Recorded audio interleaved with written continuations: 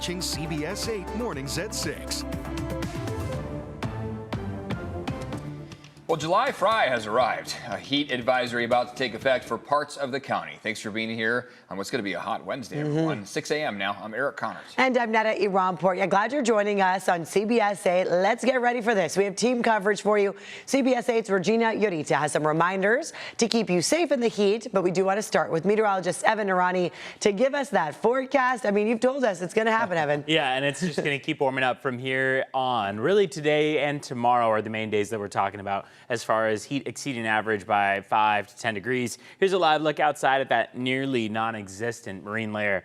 The emphasis on that is that we will be very quick to move in the direction of warmer and warmer temperatures away from the 60s where we're at right now and into the 70s along the coast, the 80s and 90s inland, and then the triple digits out in the deserts. I know that's close to normal, but this 5 to 10 degree stretch above normal is really what we're going to be honing in on, because it is not quite as normal to see our inland valleys around 93 degrees for an afternoon like today. We are, however, kind of kicking off the summer here with its first decent heat wave to watch for. Plenty of sunshine out there, high UV exposure. The coastline stays the most mild place to be in the forecast area. 77 degrees out by the water. Out the door right now, mostly in the upper 50s and low 60s. Question everyone's asking is, how long is it going to last? Are we going to see these very hot temperatures into the weekend?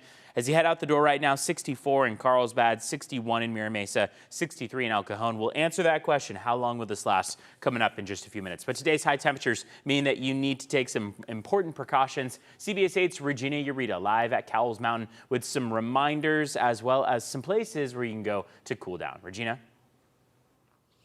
Hey, Evan, good morning. That's right. And just as you mentioned, where we're going to see those temperatures and that heat advisory, it's why we're looking at that heat warning sign right behind me to let those hikers know that today is really going to be it's going to be warm, it's going to be hot. And like you said, that heat advisory taking effect at 10 a.m., mainly for the mountains and inland valleys. So there is important precautions to take, especially if you're setting out on a hike. Every year, the San Diego County Sheriff's Department airlifts medically distressed or injured hikers off trails. Rescues happen throughout the year, but most often during the summer months in popular hiking destinations such as here and the Three Sisters Falls and Cedar Creek Falls trails. It's important to take careful steps when hiking in the heat to avoid getting lost, hurt, dehydrated, sick, or even worse. To avoid heat-related problems, health officials recommend that you stay in an air-conditioned area during the hottest hours of the day. Wear light, loose-fitting clothing, drink plenty of water, and don't wait until you are thirsty. Avoid unnecessary sun exposure and wear a wide brim hat if you need to be in the sun, and try not to use any ovens if you are at home cooking. Try to avoid that. Pets can also overheat quickly on walks or hikes. A good rule of thumb, if it's too hot for you to walk barefoot, it's too hot for your pet. So back out here, you can kind of see daylight already at this time, seeing people here coming towards this direction, taking advantage of the cooler temperatures if they are setting out for a hike. But again, you can see those heat warning signs right behind me. That is letting you know that today is going to be a hot one. For now, I'll send it back to you. Regina, thank you very much. And you can find an extended weather forecast on CBS 8 Plus. Download on your TV and watch for free. Oh, no.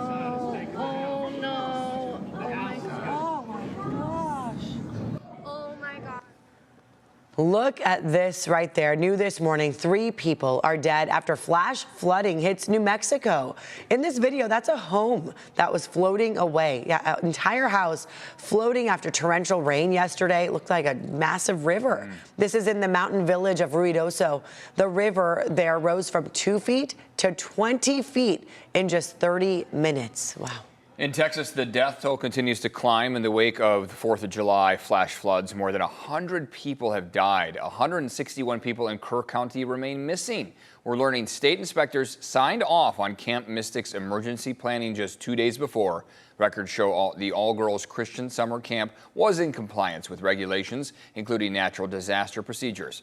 Officials say 27 campers and counselors died.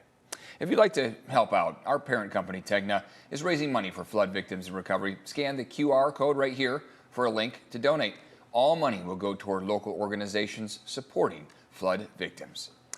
Later this afternoon, a community meeting will be held on a proposed cell tower back here in San Diego in the community of Bayho. Yeah, AT&T wants to put up a 70-foot tower in Cadman Park. CBS 8's Chris Grow joining us live in studio to explain why this is facing backlash. A lot of times when there are reports of a possible tower, a lot of neighbors get together about this. A lot of them do, but again, remember, key point you guys just said, in the middle of Cadman Park. And I think that that's one of the biggest points of contention here from some of the community members that we're hearing from. Now, the placement and install of the tower itself still being reviewed by the city, and they tell us that it's in the very early stages. Still, there is a growing surge of pushback against it. A community meeting today, and of course yesterday, we heard directly from residents.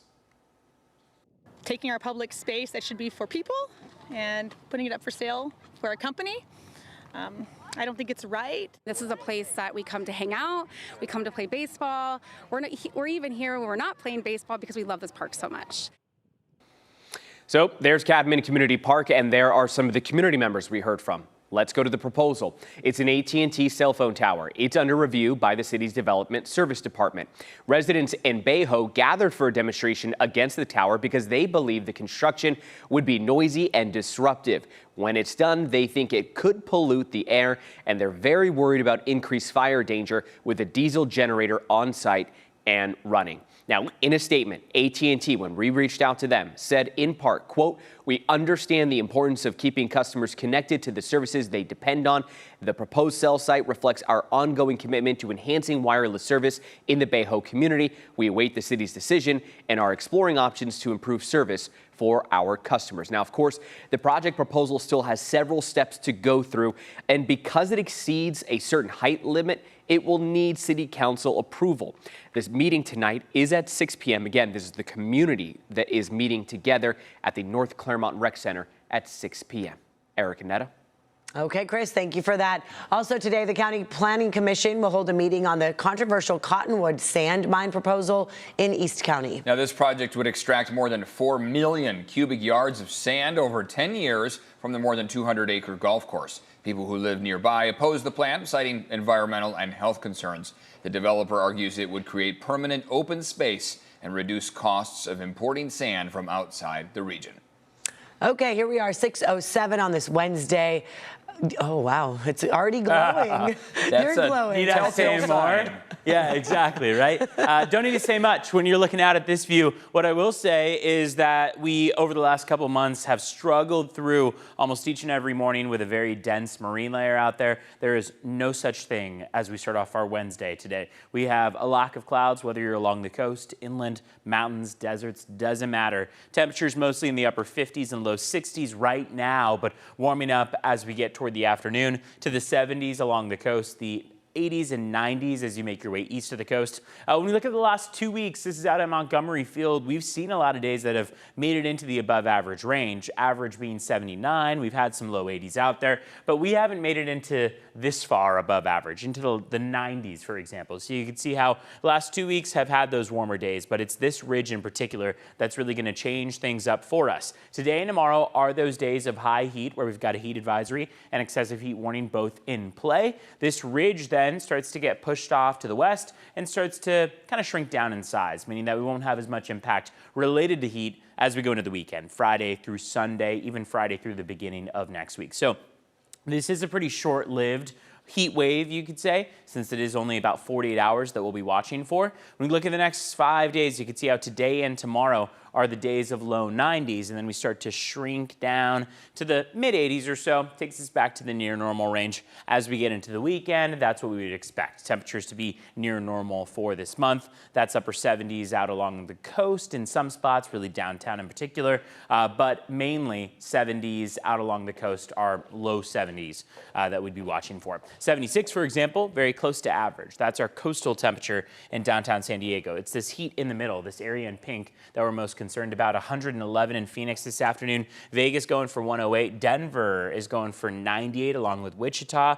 Oklahoma City 99. And you got Atlanta at 102 for that forecast high. So a good portion of the southern U.S. going to be struggling through the 90s and triple digits. For us, we have, luckily, that coastline that's going to stay mild and stay comfortable. It's inland toward the mountains and deserts, where today and tomorrow that heat is really going to be felt. Vanessa, how are things looking to start off our Wednesday morning on the roads? So far so good, depending on where you are. This is actually a really nice shot from one of our Caltrans cabs. Not only does it show the freeway, but it actually shows, again, the sun kind of lighting up the surface here. We got that park just above the freeway. This is on the 15 in both directions, right at El Cajon Boulevard. So far so good. This is what I like to call Wednesday light. We are continuing to track a crash involving a semi. This is going to be on the 15 south at Claremont. I saw a good amount of brake tapping about 30-45 minutes ago when the crash originally came in, but it looks like things are starting to flush out, which is of course good news if you're heading out the door anytime soon and you got to get somewhere on time, like the airport, for example. All right, so far so good across our freeways. We're all in the green. Green always good. That means we're at full freeway speeds. We're averaging anywhere between 70 miles per hour from Oceanside all the way down towards the Del Mar area. 40-mile-per-hour speeds are the slowest for those folks traveling out of Escondido this morning, and out of Santee and El Cajon, we're anywhere between 60-65 miles per hour. Things are a little plugged up per usual out of the South Bay, including National City and Chula Vista. That is typical for this time of the morning.